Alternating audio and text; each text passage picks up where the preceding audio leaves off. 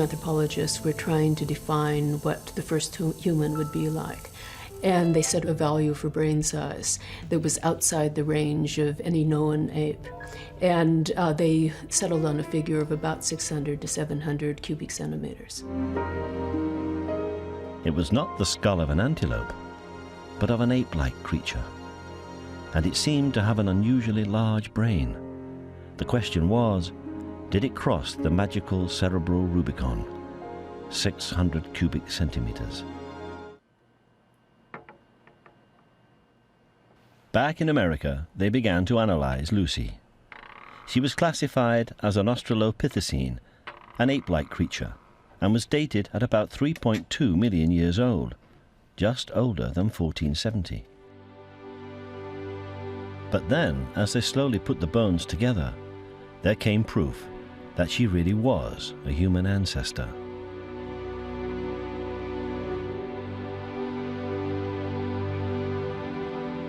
Because this ape-like creature had one clear human characteristic, and it wasn't a big brain, but something quite different. She seemed to walk in a way that only humans do. Lucy was, as scientists say, bipedal, unlike apes who are quadrupedal. She walked on 2 legs, not 4. Lucy's pelvis reminds us of our own. Here is a pelvis of a modern human walking on 2 legs, and the similarities are quite striking. No mammals, apart from humans, have ever walked on 2 legs. And there was more. They found Lucy's footprints. The fossilized Laetoli footprints were discovered in northern Tanzania in 1976.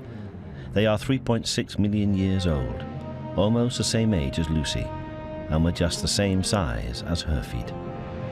They seem to confirm that Australopithecines like Lucy had walked on 2 legs. If Lucy had walked on 2 legs, then it seemed she had to have been a human ancestor.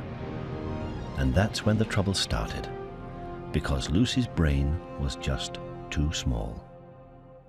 Fortunately, we had the very back portion of the skull preserved.